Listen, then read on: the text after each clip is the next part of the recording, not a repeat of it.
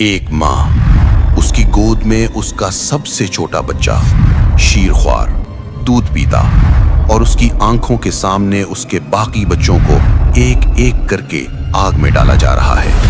اسے دو میں سے ایک چیز چننی تھی، اپنا ایمان یا اپنی اولاد کی جان۔ آج ہم ایک ایسی خاتون کی کہانی سنیں گے جس کا نام تاریخ کو معلوم نہیں، لیکن جس کی قربانی کو اللہ رب العزت نے ایسے محفوظ کیا کہ سن کر آپ کی آنکھیں نم ہو جائیں گی۔ اور یہ واقعہ ہمیں کیسے معلوم ہوا، اس کا جواب اتنا حیرت انگیز ہے کہ آپ کو آخر تک دیکھنا ہوگا۔ قدیم مصر دنیا کی سب سے طاقتور سلطنتوں میں سے ایک، دریائے نیل کے کنارے عظیم الشان محل، بلند و بالا ستون اور ایک بادشاہ جس نے ایک ایسا دعویٰ کیا جو کسی انسان نے نہیں کرنا چاہیے۔ قرآن مجید میں اللہ تعالیٰ نے اس کا قول نقل فرمایا، فقال انا ربکم الاعلی، تو اس نے کہا میں تمہارا سب سے بڑا رب ہوں۔ سورۃ النازعات آیت 24۔ یہ فرعون تھا، خود کو خدا کہلوانے والا، اور جو اس کے خلاف بولے اس کا انجام موت تھی۔ سورۃ القصص میں اللہ تعالیٰ نے فرمایا، ان فرعون علا فی الارض وجعل اہلہا شیعا یستضعف طائفة منہم یذبح ابناءہم ویستحیی نساءہم۔ بے شک فرعون نے زمین میں سرکشی کی اور اس کے باشندوں کو گروہوں میں بانٹ دیا۔ ایک گروہ کو کمزور کرتا تھا، ان کے بیٹوں کو ذبح کرتا اور بیٹیوں کو زندہ رکھتا۔ سورۃ القصص آیت 4۔ لیکن اندھیرا کتنا ہی گہرا ہو، روشنی اپنا راستہ ڈھونڈ لیتی ہے۔ حیرت کی بات یہ ہے کہ فرعون کے اپنے گھر میں، اس کے اپنے محل میں ایمان کی چنگاریاں جل رہی تھیں۔ فرعون کی اپنی بیوی آسیہ اللہ پر ایمان رکھتی تھیں۔ اللہ تعالیٰ نے ان کا ذکر قیامت تک کے ایمان والوں کی مثال کے طور پر فرمایا، وَضَرَبَ اللَّهُ مَثَلًا لِلَّذِينَ آمَنُوا امْرَأَتَ فِرْعَوْنَ، اور اللہ نے ایمان والوں کے لیے فرعون کی بیوی کی مثال بیان کی۔ سورۃ التحریم آیت 11۔ اور سورۃ الغافر میں ایک اور مومن کا ذکر ہے، آل فرعون میں سے ایک شخص جو اپنا ایمان چھپائے ہوئے تھا۔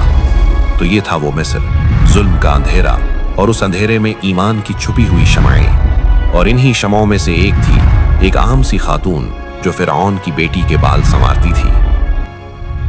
حدیث میں ان کا ذکر ماشطۃ ابنۃ فرعون کے الفاظ سے آیا ہے، یعنی فرعون کی بیٹی کی ماشطہ۔ لیکن یہاں ایک اہم بات سمجھ لیں، ماشطہ کوئی ذاتی نام نہیں ہے۔ عربی میں ماشطہ کا مطلب ہے بال سنوارنے والی، کنگھی کرنے والی۔ یہ ان کے پیشے کا عنوان ہے۔ ان کا اصل نام حدیث خاموش ہے، تاریخ خاموش ہے۔ بعض متاخر کتابوں میں نام ذکر ہوئے ہیں، لیکن ان کی مستند سند نہیں ملتی، اس لیے ہم وہی کہیں گے جو حدیث نے کہا۔ ماشطہ ایک عام سی ملازمہ، فرعون کے شاہی محل میں، ہر روز فرعون کی بیٹی کے سامنے۔ لیکن اس کے سینے میں ایک ایسا راز تھا جو فرعون کی پوری سلطنت ہلا سکتا تھا۔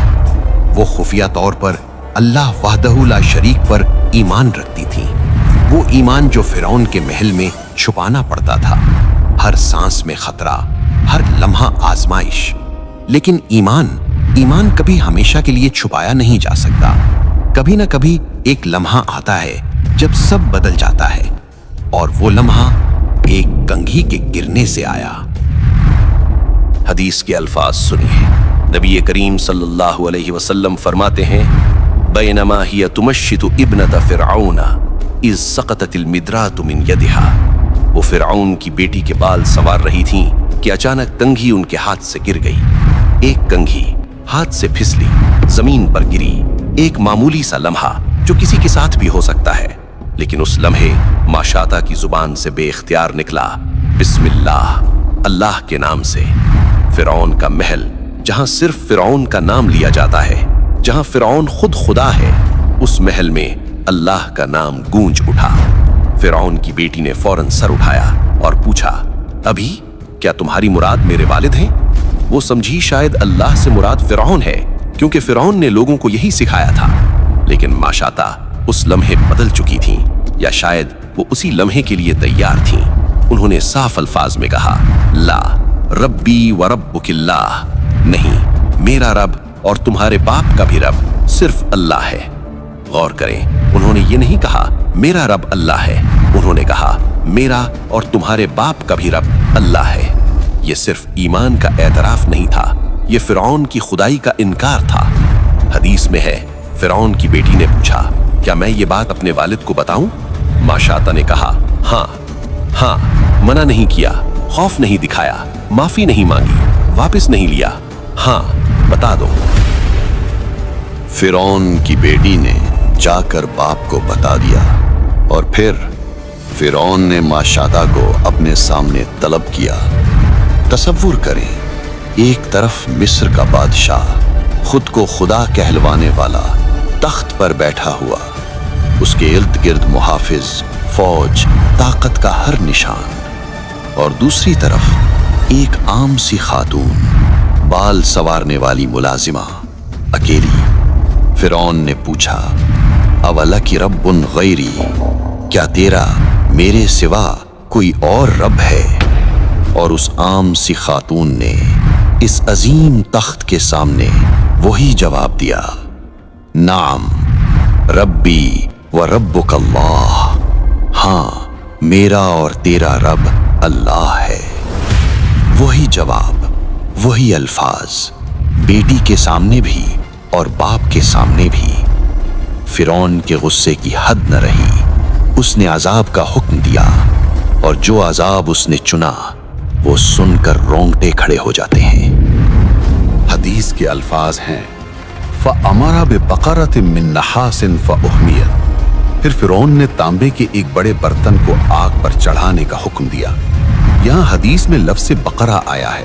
بعض علماء نے وضاحت کی ہے کہ یہاں مراد ایک بہت بڑا تانبے کا دیگ یا برتن ہے۔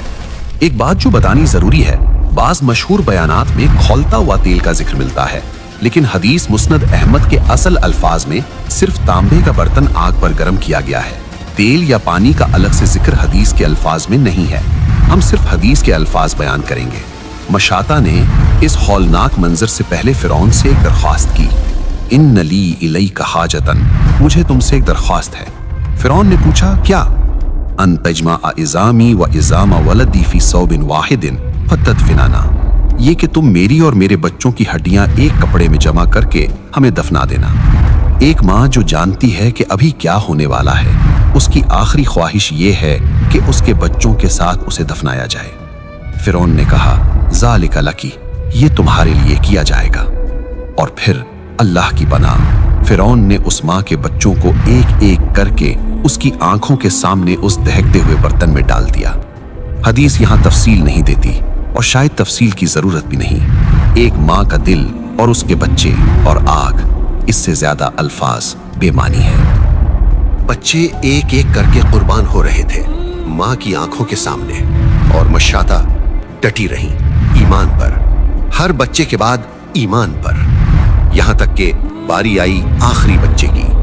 حدیث کے الفاظ ہیں، حتی اتیا علی ولدہ الصغیر، یہاں تک کہ باری آئی اس کے سب سے چھوٹے بچے کی۔ یہ شیر خوار تھا، دودھ پیتا بچہ، ابھی بولنے کی عمر بھی نہیں آئی تھی، اور اس لمحے مشاطہ کے قدم رک گئے۔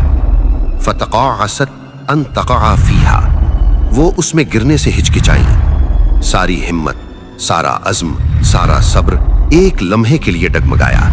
وہ ماں تھی آخر، وہ آخری بچہ تھا، شیر خوار، اس کی آنکھیں ماں کو دیکھ رہی ہیں، اور اسی لمحے اللہ تعالیٰ کی قدرت سے وہ ہوا جو ناممکن تھا۔ وہ شیر خوار بچہ جو ابھی بولنے کی عمر میں بھی نہیں تھا، بول اٹھا۔ حدیث کے الفاظ ہیں، فقال لہا، تو اس نے اپنی ماں سے کہا، یا اماں، اے ماں، اقتحمی، کود پڑ، فإن عذاب الدنیا اہون من عذاب الآخرہ، بے شک دنیا کا عذاب آخرت کے عذاب سے ہلکا ہے۔ ایک شیر خوار بچہ جسے ابھی دنیا کا کوئی لفظ نہیں آتا، اللہ نے اس کی زبان سے ماں کو ثبات کا پیغام دلوایا۔ یہاں ایک وضاحت ضروری ہے، بعض مشہور بیانات میں بچے کے الفاظ نقل ہوتے ہیں، اے ماں صبر کر، تم حق پر ہو، لیکن مسند احمد کے اصل الفاظ وہ ہیں جو ہم نے ابھی سنائے، اے ماں کود پڑ، دنیا کا عذاب آخرت کے عذاب سے ہلکا ہے۔ ہم حدیث کے حصل الفاظ پر اعتماد کرتے ہیں۔ حدیث میں اس کے بعد ایک لفظ آیا ہے، فوقعت، پس وہ کود پڑی۔ ایک ماں اپنے شیر خوار کے ساتھ اپنے ایمان کی خاطر فنا ہو گئی۔ یہاں ایک ضروری علمی وقفہ لیتے ہیں کیونکہ ہر بات حوالے کے ساتھ ہونی چاہیے۔ سب سے پہلے یہ حدیث کس درجے کی ہے؟ یہ روایت مسند احمد میں ابن عباس رضی اللہ عنہما سے مروی ہے۔ اس کی سند یوں ہے: عفان، حماد بن سلمہ، عطا بن صائب، سعید بن جبیر، ابن عباس۔ اس سند میں عطا بن صائب پر بحث ہے۔ وہ صدوق راوی ہیں لیکن آخری عمر میں ان کا حافظہ کمزور ہوا، اسے محدثین اختلاط کہتے ہیں۔ تاہم حماد بن سلمہ نے عطا سے اختلاط سے پہلے سنا تھا، یعنی جب ان کا حافظہ بالکل درست تھا۔ اسی بنیاد پر شعیب الارنوط نے اس حدیث کو حسن قرار دیا ہے۔ امام حاکم نے مستدرک میں اسے صحیح کہا اور امام ذہبی نے موافقت کی۔ ابن حبان نے بھی اپنی صحیح میں شامل کیا۔ خلاصہ یہ حدیث حسن درجے کی ہے، قابل قبول ہے۔ دوسری بات، بعض مشہور بیانات میں 5 بچوں کا ذکر ہوتا ہے۔ مسند احمد میں بچوں کی مخصوص تعداد مذکور نہیں، صرف اولاد اور آخری شیرخوار کا ذکر ہے۔ تعداد 5 کی مستند سند نہیں ملی۔ تیسری بات، صحیح مسلم میں گہوارے میں بولنے والے 3 بچوں کا ذکر ہے: حضرت عیسیٰ علیہ السلام، جریج کے واقعے کا بچہ اور اصحاب الاخدود والی عورت کا بچہ۔ مشاطہ کا بچہ ان 3 میں شامل نہیں۔ ابن کثیر نے وضاحت کی ہے کہ 3 سے زیادہ تھے اور مشاطہ کا بچہ ان میں سے ایک ہے۔ اور اب وہ بات جس کا ہم نے شروع میں وعدہ کیا تھا، یہ واقعہ ہمیں کیسے معلوم ہوا؟ مشاطہ ایک عام خاتون تھی، تاریخ نے ان کا نام نہیں رکھا، فرعون کے دربار نے ان کا ذکر نہیں کیا، دنیا بھول گئی، لیکن اللہ رب العزت نہیں بھولے۔ صدیوں بعد ایک رات جسے ہم شب اسراء و معراج کہتے ہیں، اللہ تعالیٰ نے فرمایا: سبحان الذی اسری بعبدہ لیلا من المسجد الحرام الی المسجد الاقصی۔ پاک ہے وہ ذات جو اپنے بندے کو رات میں مسجد حرام سے مسجد اقصی تک لے گئی۔ سورۃ الاسراء آیت 1۔ اس رات نبی کریم صلی اللہ علیہ وسلم کو آسمانوں کی سیر کرائی گئی۔ جبریل علیہ السلام ساتھ تھے اور اس سفر میں ایک خوشبو آئی۔ حدیث کے الفاظ ہیں: لما اسری بی مرت بی رائحۃ طیبہ۔ جب مجھے معراج کرائی گئی تو ایک خوشبو میرے پاس سے گزری۔ نبی کریم صلی اللہ علیہ وسلم نے پوچھا: یا جبرائیل، ما ہذہ الرائحۃ الطیبہ؟ اے جبرائیل، یہ کیسی خوشبو ہے؟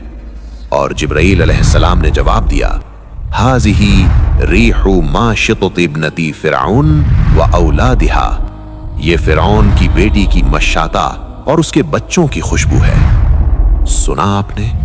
فرعون مٹ گیا، اس کا تخت مٹ گیا، اس کا محل کھنڈر بن گیا، اس کی ممی عجائب گھروں میں پڑی ہے، لیکن ایک عام خاتون جس کا نام بھی تاریخ کو نہیں معلوم، اس کی خوشبو آسمانوں میں بسی ہوئی ہے، اتنی باقی کہ خاتم النبیین محمد صلی اللہ علیہ وسلم نے معراج کی رات اسے محسوس فرمایا۔ یہ ہے ایمان کی قیمت اللہ کے ہاں۔ اور اسی واقعے سے یہ پورا قصہ ہمیں معلوم ہوا۔ نبی کریم صلی اللہ علیہ وسلم نے صحابہ کو سنایا اور ابن عباس رضی اللہ عنہما سے ہم تک پہنچا۔ اس واقعے میں ہمارے لیے کیا ہے؟ پہلی بات، ایمان کی آزمائش اللہ کا وعدہ ہے۔ قرآن مجید میں فرمایا: احسب الناس ان یترکوا ان یقولوا آمنا وہم لا یفتنون۔ کیا لوگوں نے سمجھ رکھا ہے کہ صرف کہہ دیں ہم ایمان لائے اور ان کی آزمائش نہیں ہوگی؟ سورۃ العنکبوت آیت 2۔ آزمائش آئے گی، سوال یہ ہے ہم اس وقت کیا کریں گے۔ دوسری بات، اللہ کے ہاں کوئی چھوٹا نہیں ہوتا۔